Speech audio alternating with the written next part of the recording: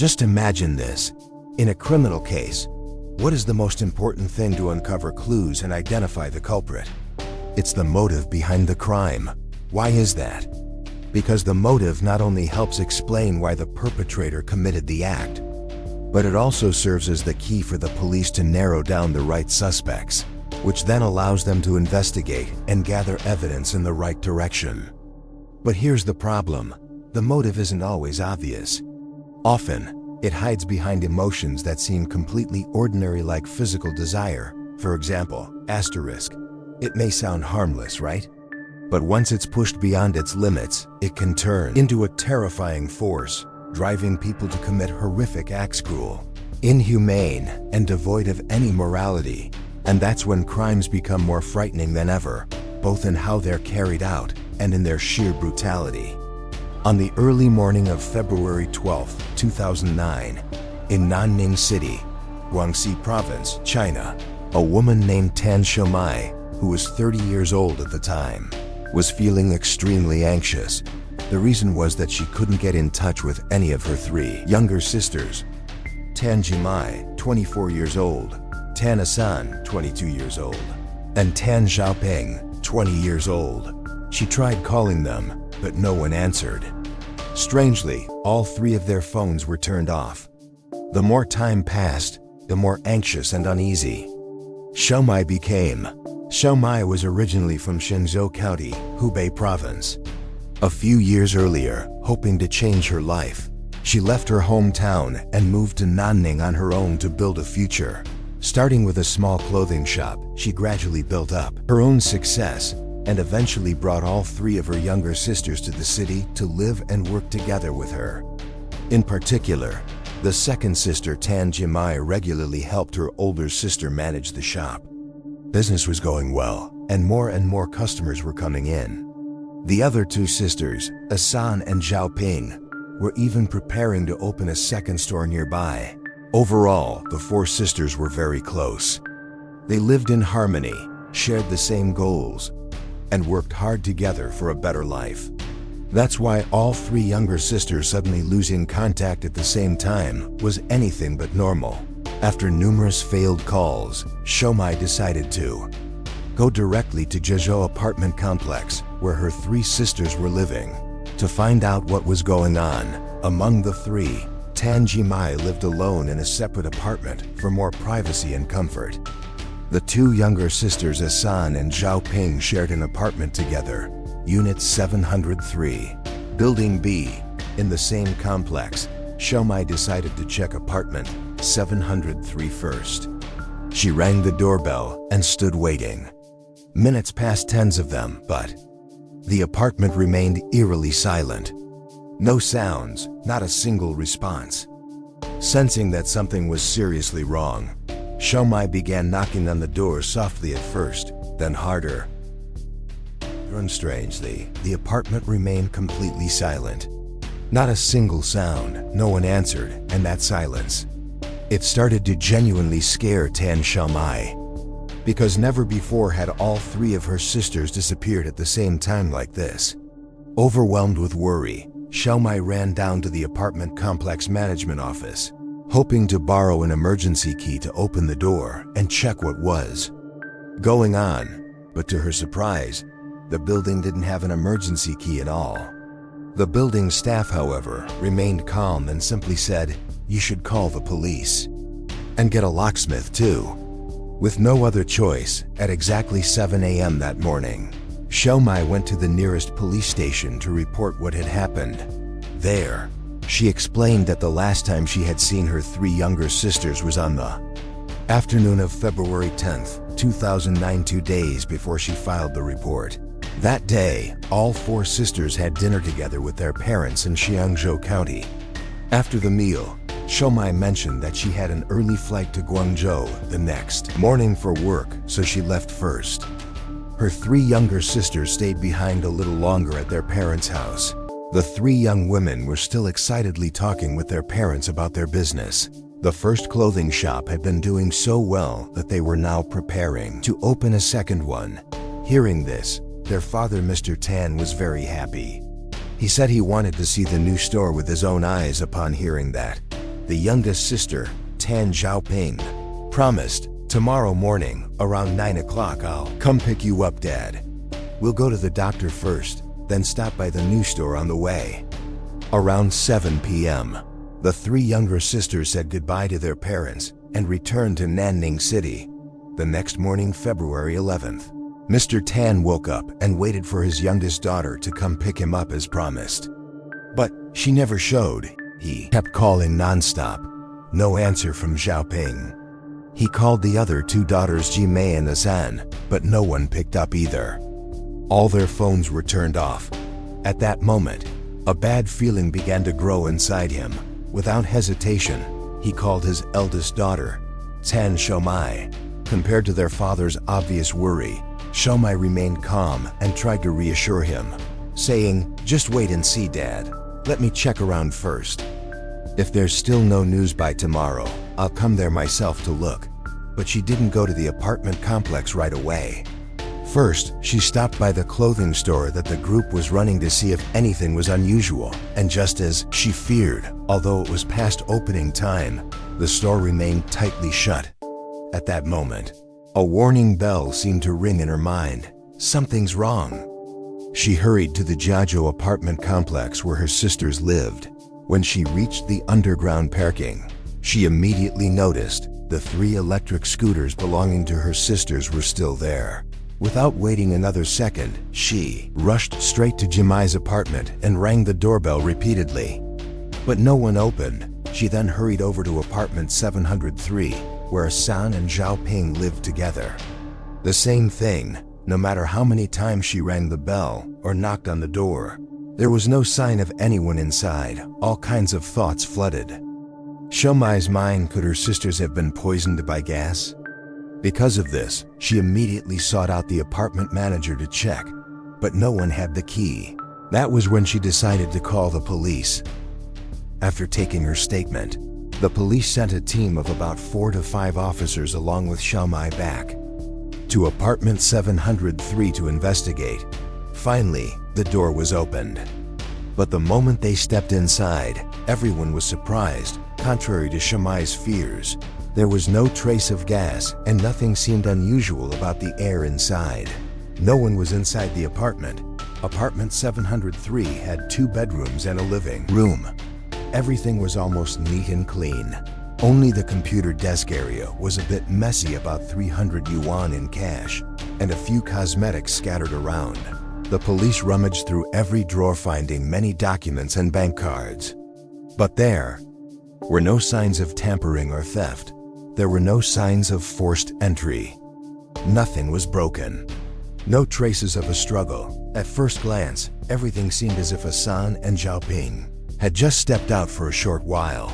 There was only one small but extremely strange detail that immediately caught the police's attention: a pile of unwashed clothes hanging messily on the balcony floor. When asked, Tan Xiaomai quickly confirmed, "Oh, those are my second sister's clothes, Tan Jimai's."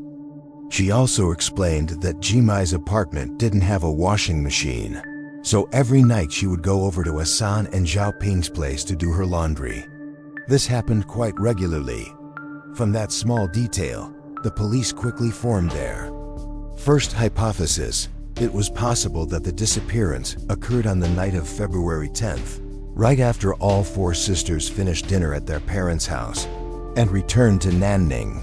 More specifically, Jimai must have gone over to her 2 younger sisters' place to do laundry as usual. And then something unexpected happened that forced all 3 of them to leave urgently, after which they disappeared without a trace until now. And not only in Asan and Xiaoping's apartment, but even in Jimai's room, there were no signs that she had left for a long time. Her belongings were intact. Nothing was missing, and there was no suitcase or luggage taken along. It looked as if Jimai had just stepped out briefly and would return soon. However, Tan Xiaomai still held on to her belief. "I'm certain that something wrong has happened. The 3 of us would never lose contact all at once like this. We always talk to each other, no matter how busy we are." The police found this reasoning plausible. They officially classified the case as a disappearance and began investigating along that line. But right from the start, the police encountered a major obstacle. Apartment 703, where the two younger sisters, Asan and Xiaoping, lived, was in an old building constructed quite some time ago, so there were no surveillance cameras in the hallways or lobby. This immediately blocked any efforts to review footage and find clues. Shifting their investigation, the police began tracing the whereabouts of the two young women through friends and social connections. They went back to ask the eldest sister Shamai, who said, "My two younger sisters Asan and Xiaoping are very lively. They often hang out together in their free time, going to bars and nightclubs to dance and socialize with friends." Based on that information, the police compiled a list of bars and nightclubs that the two frequently visited. However, when they investigated each place, no one there had seen or heard anything about Asan and Xiaoping over the past 2 days. In other words, the leads had come to a dead end. The situation grew increasingly desperate. The police and the family alike were clinging to a faint glimmer of hope. Eventually, they decided to print flyers to search for the missing girls and posted them in public places, from the town hall to the subway stations. At the same time, they reached out to media outlets, newspapers, and TV stations to call for help from the community. Although the flyer campaign and media appeals attracted public attention, days passed by, and the whereabouts of the three Tan sisters remained completely unknown. Until the afternoon of February 16, 2009, 4 days after Dam Shomai officially reported to the police. When everyone had begun to feel despair, an unexpected clue emerged, opening a new direction for the investigation. That afternoon, around late afternoon, two workers on their way to a construction site in Lianjian district, Nanning City, chose a shortcut passing by a mountain to save time. But when they reached the area behind the Yangwang residential neighborhood, they smelled a strange foul and pungent odor coming from the bushes. Following the smell, they discovered a green fabric bag with a Hello Kitty print lying among the shrubs. There were many dark red stains on the surface of the bag, resembling blood. Sensing something was wrong, the two immediately ran to the nearest police station to report it. Less than 30 minutes later, the police arrived at the scene. When they opened the bag, the terrible suspicion became reality. Inside were dismembered body parts, roughly wrapped. The police immediately split into teams and expanded the search around the area, and to their shock, they discovered 8 more bags, also hidden scattered on the mountainside. The contents of these bags were exactly like the first one. In total, there were 9 bags containing the remains of 3 individuals. On the same day, all the bags were sent to the National Forensic Agency for analysis. The preliminary results shocked the entire investigation team. All the body parts belonged to 3 women, and there was a high likelihood they were related by blood. Immediately, the police compared the biometric data of the victims with the records of recent missing persons, especially the case of the 3 Dam sisters, which had been widely reported in the media.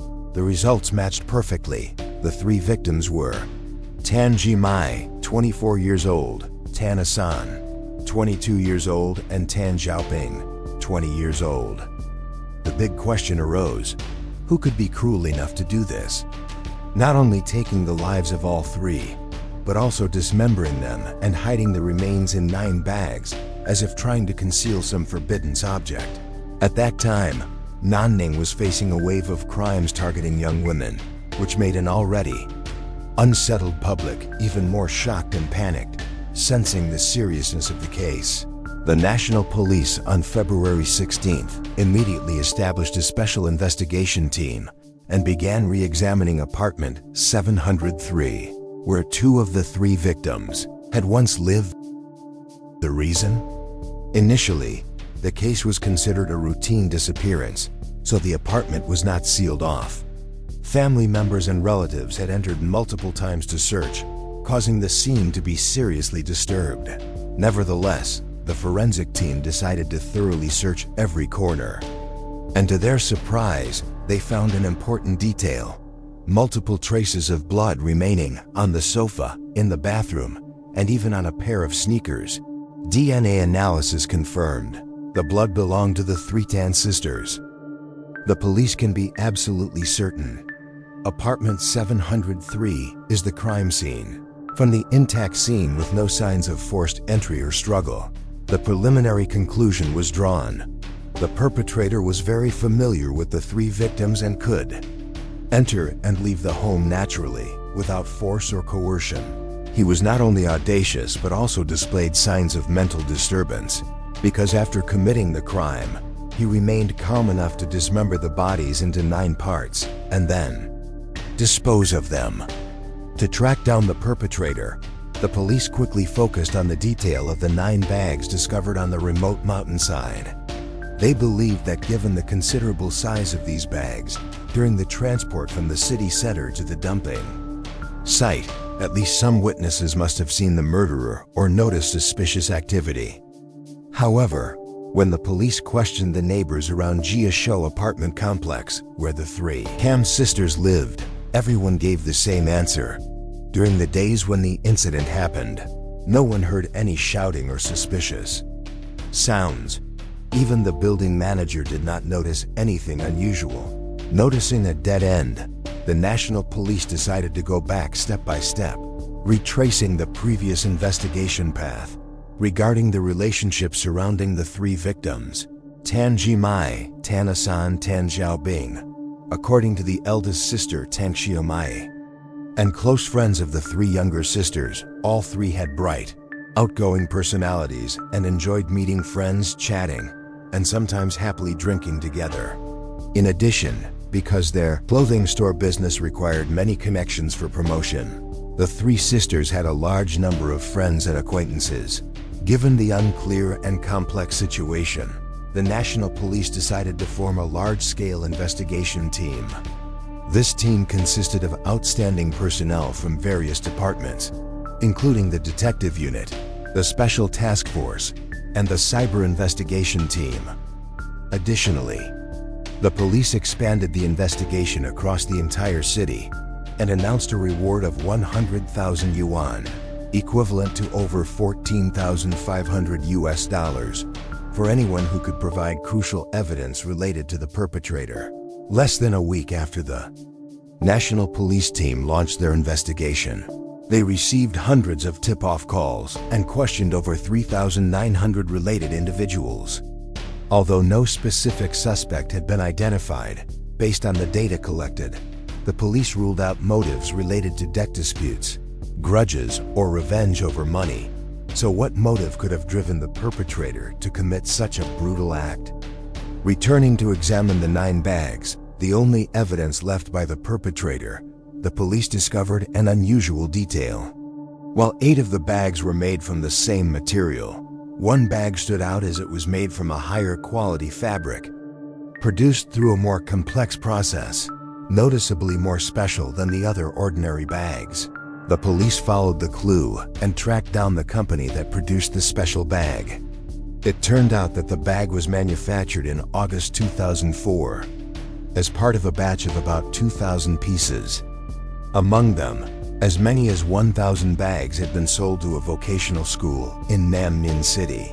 This became the most feasible lead the police had at that time.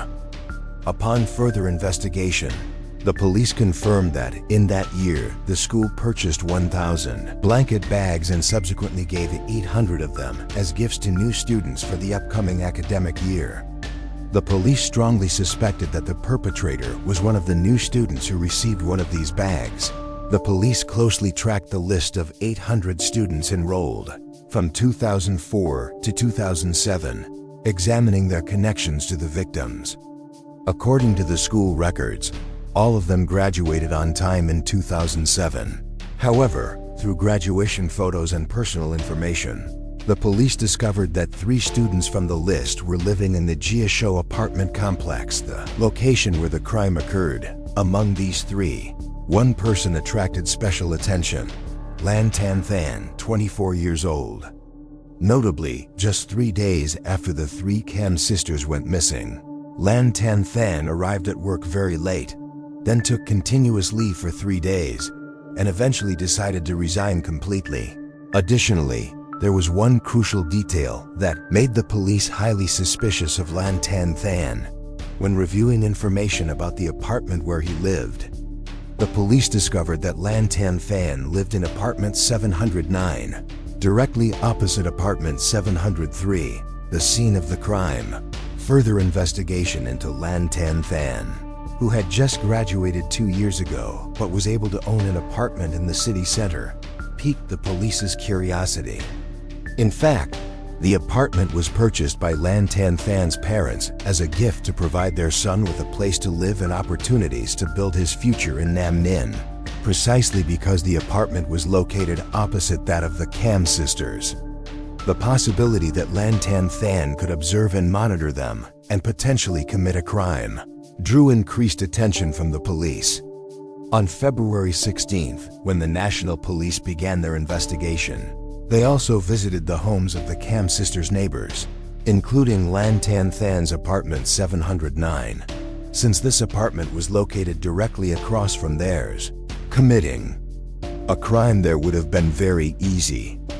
At that time, however, other than being neighbors, Lan Tan Than and the 3 Tan sisters had no other relationship. The police lacked sufficient evidence or clear motive to investigate him further, so they temporarily concluded their investigation with him without much suspicion. However, once basic evidence and initial information from the analysis of the recovered bags were available, the police quickly tracked down Lan Tan Than to bring him in for questioning at the station. After 68 days of investigation, on April 25, 2009, Lan Tan Than was officially summoned to the police station. But as expected, it wasn't easy for the perpetrator to confess. Facing the investigators, Lan Tan Than remained calm, his expression unchanged. He answered fluently and didn't reveal any weaknesses. He asserted that he only knew the 3 Tan sisters by sight because they were his neighbors across the street, and he had no relationship or involvement with the case, claiming everything was merely a coincidence. However, the Chinese National Police were not easily fooled. They had collected over 20 DNA samples from apartment 703, including the blood sample of an unknown man. DNA analysis results showed that the anonymous blood sample perfectly matched Lan Tan Than's DNA.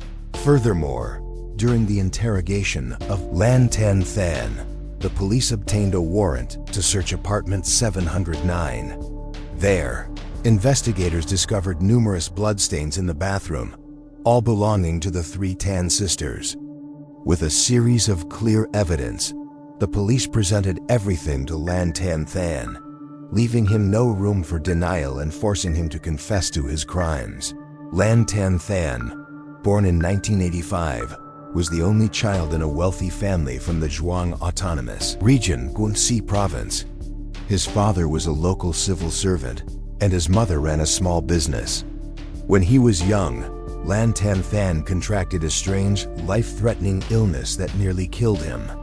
Despite visiting many renowned hospitals, without success, he eventually recovered thanks to traditional folk remedies. Because of this, Lan Tan Than's parents always cherished and cared for their son like precious gold.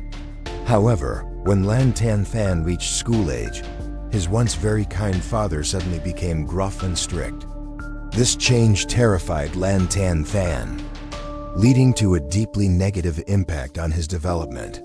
He frequently vented his anger on his mother, turning her into his emotional garbage bin. Throughout his childhood, Lan Tan Than seemed to have no interest in females. In 2004, at the age of 19, Lan Tan Than was admitted to Nanning Vocational Technical College, specializing in interior design. After graduating, he wanted to return to his hometown, live with his family, and run a small shop. However, his parents strongly opposed this idea. They even bought him apartment 709 on the condition that he work and live in Nanning. Afterward, Lan Tan found a job at an interior design company in Nanning. Despite this, he was always dissatisfied. His total monthly income was only about 1,000 RMB, approximately 140 United States dollars, a salary far too low for someone who had been fully provided for since childhood. But because he couldn't find work elsewhere or pursue higher education, Lan Tan had to accept this job. To fill the lack of self-confidence and the void in his life, he frequently posted photos of himself participating in expensive sports activities like horseback riding and mountain climbing. This was an attempt to project an image of a successful, dynamic life, even with his low salary. Lan Tan didn't face many financial difficulties because his parents provided for him, and he could spend money freely as long as he didn't go against their wishes. Sometime later, at the vocational school, Lan Tan met a girl named Meng Lan. Meng Lan wasn't pretty. In fact, many considered her quite unattractive, but she loved Lan Tan very much. He felt he wanted to start a romantic relationship with her. When they moved in together, Meng Lan took on all the housework, while Lan Tan considered it a woman's duty and didn't help at all. At the end of 2008, a strikingly beautiful new employee named Mei joined the company where Lan Tan worked. Lan Tan was immediately captivated and infatuated with her at first sight. Despite Meng Lan's pleas and desperate attempts to hold on to him, he coldly broke up with her to be with Mei. However, this relationship only lasted 2 months before quickly falling apart. Due to overwhelming grief, Meng Lan soon married someone else. A strange detail during the investigation was that Lan Tan repeatedly brought up his cohabitation with Meng Lan, asserting that they had relations very often. Meanwhile, when questioned, Meng Lan stated that Lan Tan was unable to perform sexually due to erectile dysfunction. The police also investigated and found this to be true. Lan Tan then stammered, unable to give a clear explanation, and even blamed Meng Lan, claiming she was too ugly for him to have any interest in intimacy. Because of this, Lan Tan was constantly consumed by a burning desire to find a beautiful, attractive woman who could excite and satisfy him. After their breakup, Meng Lan immediately married someone else. Lan Tan, who had been eagerly planning to introduce Mei to his family, was then abandoned by her, which further shocked and humiliated him. He grew increasingly fearful of the pressure from his parents, who constantly urged him to introduce a girlfriend. All the pressure, disappointment, and inferiority complex caused Lan Tan to suppress his emotions even more. He sought release by watching adult magazines and videos. Although he outwardly appeared cheerful and active, inwardly he was filled with obsessions and anxieties about his failures in relationships. He frequently suffered from insomnia, experiencing prolonged periods of nervousness and tension. After work, Lan Tan would often lock himself in his room to watch adult videos, but even that didn't bring him satisfaction. Feeling utterly trapped, he started going out to find real women to resolve his desires. However, he quickly realized his body had no reaction whatsoever, which only made him even more desperate and exhausted. Lan Tan's life continued to sink into despair until one day, he accidentally discovered that directly across the hall lived 3 beautiful, attractive young women. And from here, everything began to change. Lan Tan confessed that ever since he learned the 3 Tan sisters lived in the apartment across the hall, he would regularly observe them daily. Whenever he heard the door of apartment 703 open, Lan Tan would look through the peephole to watch them. In his mind, he began to fantasize about the 3 sisters, especially the 2 younger sisters, Tan-A-san, 22, and Tan Zhangping, 20, turning them into his imaginary lovers, completely unbeknownst to them. Here's the translation, by February 2009. Although still addicted to adult films, Lan Tan secretly monitored the daily lives of the 3 Tan sisters. For him, that was the happiest period.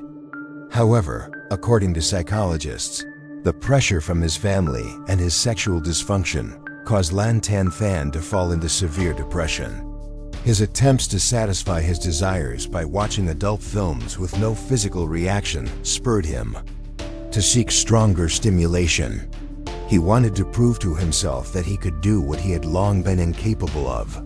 On February 8th, Lan Tan Than decided he could no longer endure his desires and planned to attack the three Tan sisters. The targets he set his sights on were the girls in apartment 703. To prepare for his plan, he went out and bought tools including sharp objects, liquids, pepper spray, rope, tape, and a hammer. Around 8 p.m. on February 10, 2009, Lan Tan Than looked through the peephole and confirmed that the two Tan sisters were home.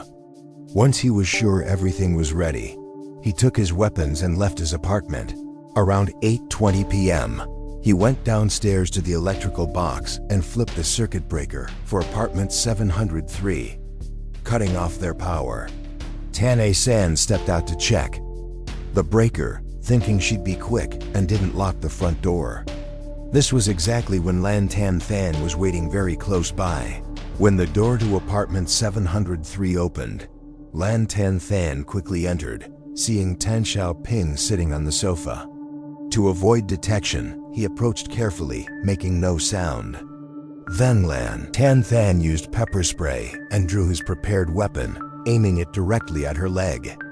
He used tape to cover her mouth and tightly bound Xiaoping with rope.